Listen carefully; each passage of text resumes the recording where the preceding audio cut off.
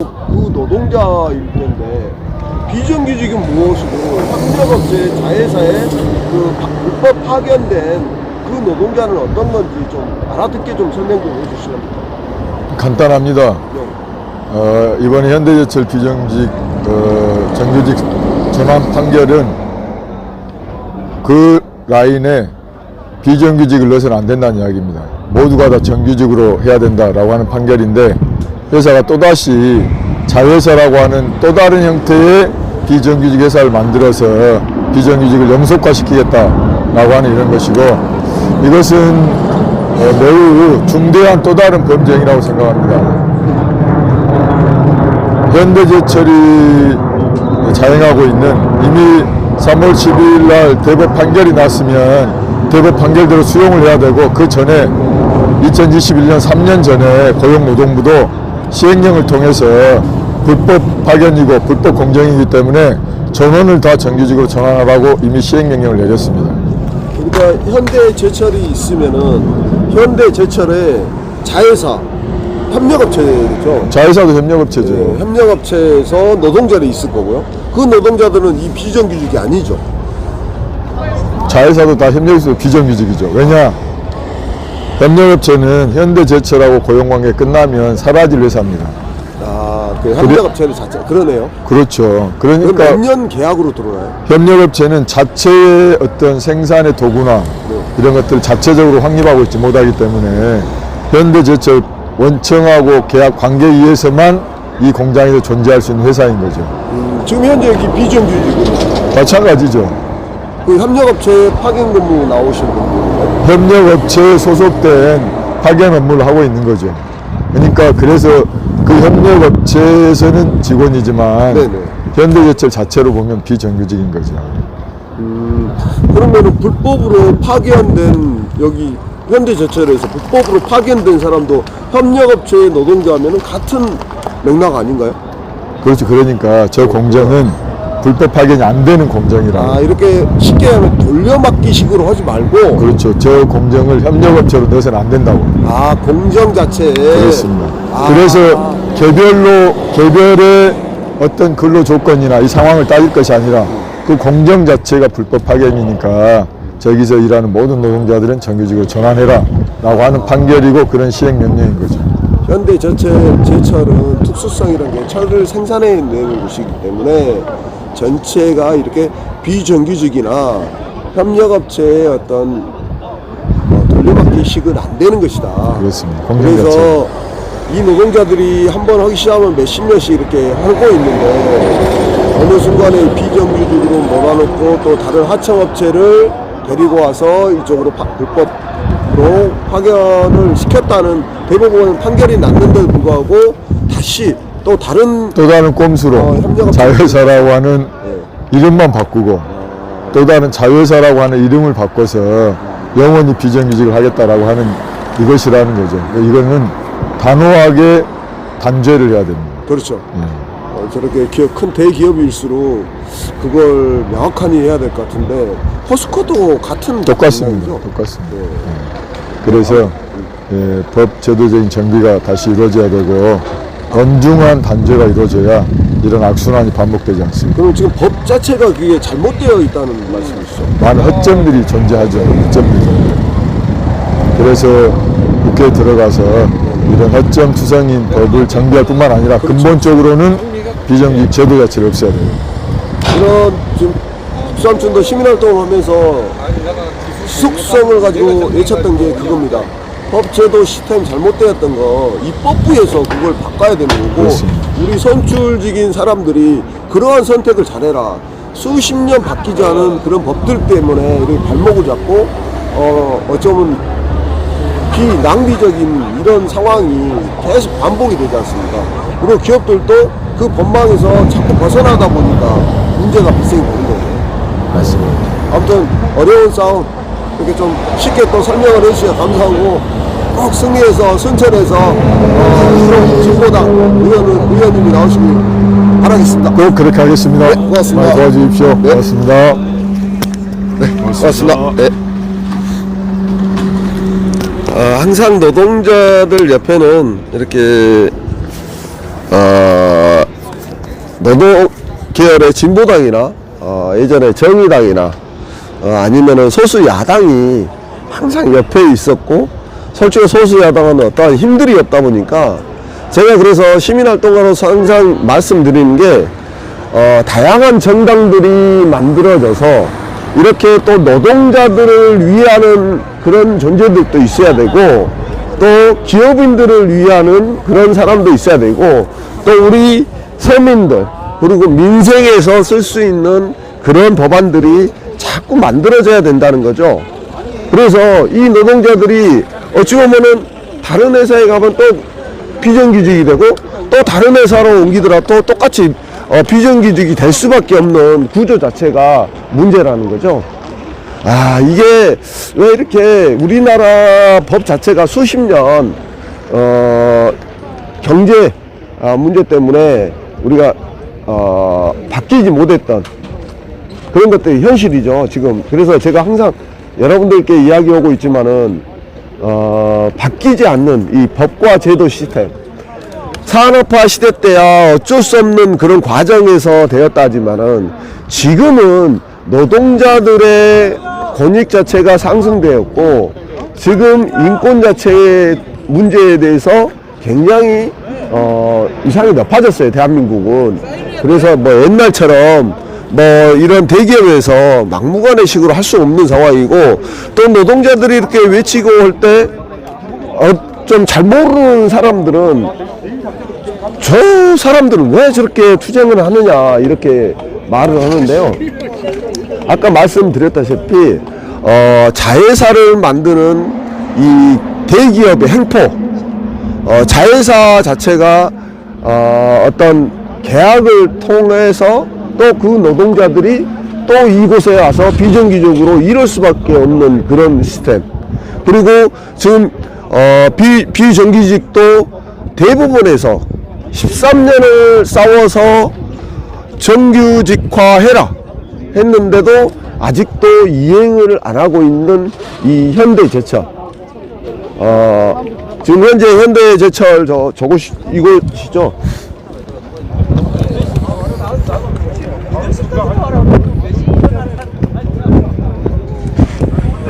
그래서 이 총파업이 시작되는 게 저번에 대법원에서 판결이 났음에도 아직도 이 교섭 자체도 하려는 의지가 전혀 없다는 겁니다. 이 현대제철 순천 공장에서는. 그렇다 보니까 이 노동자분들이 어쩔 수 없이 최후의 방법으로 해서 이렇게 농성을 할 수밖에 없는 그런 상황으로 돼버렸죠. 이제 총파업에 들어간다고 그러는데요. 총파업을 하게 되면은 우리가 또 우리 경제적으로도 문제고, 그리고 우리가 법이라는 이 허점 자체를 이용해서 이런 기업들이 자꾸 불법을 합법처럼 하는 것 자체가 문제인 거죠. 왜 도대체 불법인지 알면서도 이자들을 빠져나갈 법망이 다 있습니다. 그래서 이 노동자분들은 시간이 지나면 지날수록 어려움을 겪잖아요. 여러 가지, 이번에 노동 3법도 마찬가지거든요. 노동 3법 자체에 노동자들에게 지금 공장을 가동하지 못한 거에 대한 곱하기 매수를 해가지고 이 노동자들에게 부담을 떠넘긴단 말입니다. 그렇게 됐을 때 이 노동자의 삶, 그리고 노동자가 진짜 집 한 채라도 갖고 있었을 때 가압류 당하는 그 상황들, 이런 상황들이 얼마나 비참합니까?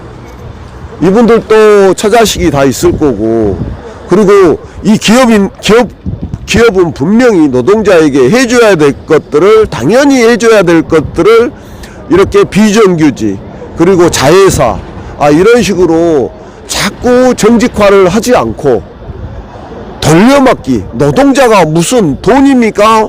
카드입니까? 맨 뭐 돌려막기 식으로 해가지고 잠재워 버리는, 그리고 탄압하고, 이 노동 3법이 통과됐어야 되는데 이 윤석열 정권이 이렇게 다 망가뜨려 놨습니다. 여러분들 4월 10일 날은 진짜 여러분들이 사는 세상, 그곳 이 세상이 바뀔 수 있는 그 법안들을 개정하고 제정하고 할 수 있는 그 입법부에 들어갈 수 있는 자들을 현명하게 뽑으시라는 겁니다. 그렇지 않으면은 이 상황이 또 다음 세대의 자식들까지 다 연계가 된다는 거죠. 이미 여러분들이 모르는 법안들이 이 권력층에서는 통과된 것들도 많습니다. 이게 얼마나 우리가 배움을 했다고 하면서도 그 수십 개 법안 자체를 이해를 못하는 사람들이 더 많아요. 솔직하게 이렇게 투쟁만 해갖고 될 수 없는 것들이 많잖아요. 법 테두리 안에서 법이 이미 있는데 투쟁을 한다고 해도 피해보는 사람들은 노동자이고 약자일 뿐이에요. 그러면은 그 위에서 입법부에서 해줘야 될, 그리고 국가, 정부, 노동부라든지 산자부에서 해줘야 될 것들, 노동자의 처우 자체가 우리 대한민국은 굉장히 열악합니다. 후진국형이에요. 아주 굉장히 후진국형이고, 이게 왜 그러냐면은 산업화 시대 때 바꿔놓지 못한 게 이 4년에 이 국회의원들이 4년만 버티면 된다, 4년만 버티면 된다, 그 권력자들하고 맨 그 짓거리만 하다 보니까 수십 년이 흘러와 버린 겁니다. 이런 과정들이 이제는 국민들이 좀 어리석게 살지 말자, 제발. 맨날 뭐 사고 나고 나면은 눈물 흘리고 진짜 잊지 않겠다 하고 이러지 말고, 이 구조적으로 잘못되어 있는 대한민국 법들부터 바꿔야 된다는 겁니다. 자꾸 대통령이 거부권 행사를 하고 또 입법부가 제대로 해가지 않았을 때 문제는 발생이 된다는 것입니다. 여러분들, 오늘 제가 현대제철 그 전에도 비춰드리고, 그리고 저는 여러분들이 이제 오해하시는 분들이 많이 있는데, 중요한 것은 저 개인적으로는 시민활동가이자 여러 환경부터 시작해서 뭐 노동, 또 여기 저희 동부권에 여기 순천, 여수, 광양 이쪽 다 가깝습니다. 그러다 보니까 이곳에서 활동을 하고 있고요. 그리고 저 개인적으로는 저도 정당이 있지 않겠습니까? 그 정당에서 활동을 하고 있는 거고요. 그리고 전라남도의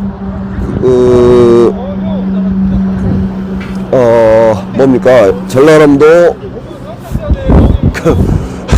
도에서 하고 있는 평가단, 도민평가단을 하고 있고요. 또 공정선거문화 정착을 해서 전국단위 시민의 눈이라고 선관위하고 잘못된 선거 제도나 법들을 개정할 수 있도록 노력하는 거고요.